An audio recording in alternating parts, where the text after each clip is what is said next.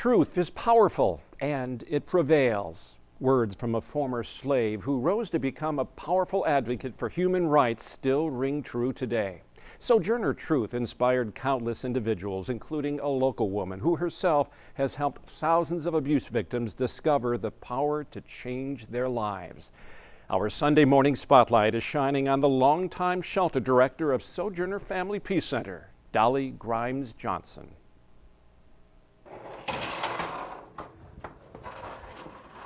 There she is. Domestic abuse survivors Laverne Badger and Natalie Hayden stopped by Sojourner Family Peace Center recently to wish a happy retirement to a beloved advocate, friend, and mother figure. It's so good to see you. So good to see you. I know. I'm so excited. Dolly Grimes-Johnson was a warm and welcoming presence when these women were struggling to escape abusive relationships. Laverne was a young mother of 4. There was something about this woman that she filled a void at a time where I was most vulnerable and most needed of a mother figure. Natalie and her daughter immediately developed a connection and trust with Dolly. When I came through the doors, I was definitely broken, and she was able to, throughout those 8 months, mend, a broken heart and help me figure all the pieces together.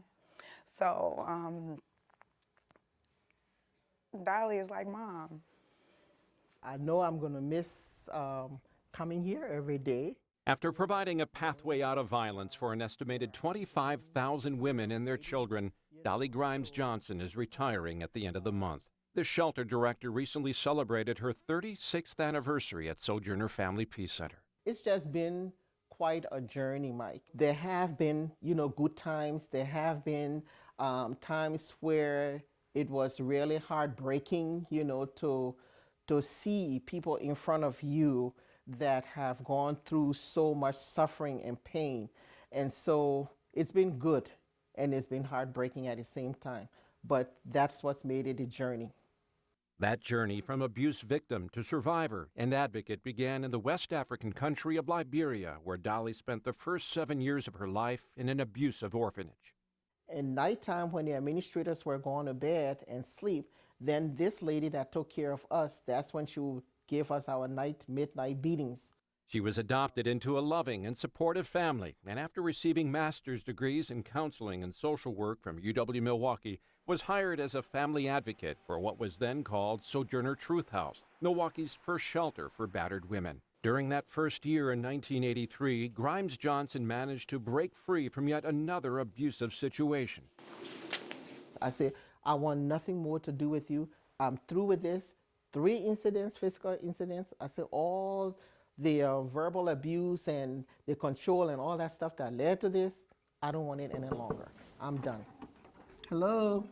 Like so many abuse victims before and after her, Dolly embraced the message sewn into this quilt and turned these words into action. They come up this way, so this is one of the first things they see on the wall, this powerful quilt that has these words on it. Several women look at that when they come in and they see that and it's like, yeah, this is true, or I like that. They can connect and they start to believe that something good can happen for them.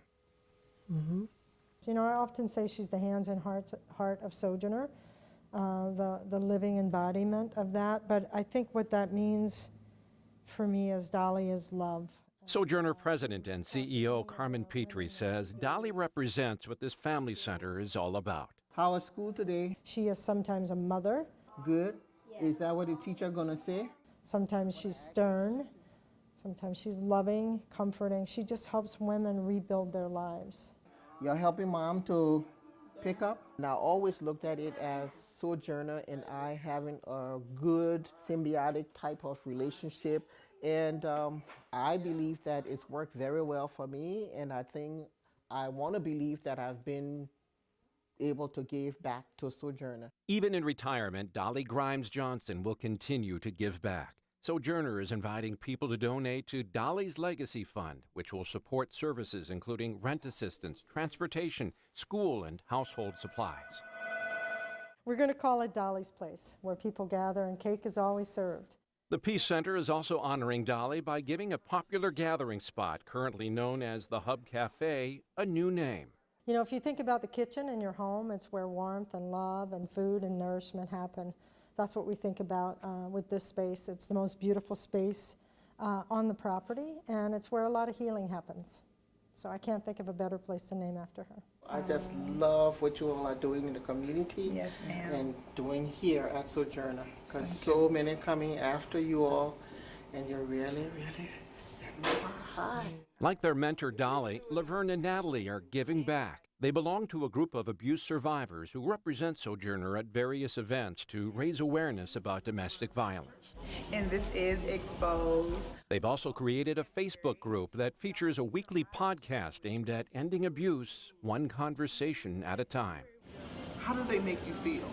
Because your body and your gut and your instincts, they will let you know if something isn't right. Sharing your stories and empowering them, you know, that is just awesome. Yes. It is awesome. Well, our you're pleasure. a major, Our pleasure. you're a major player in all of this, and this place wouldn't be what it is had Without you you. not Yeah.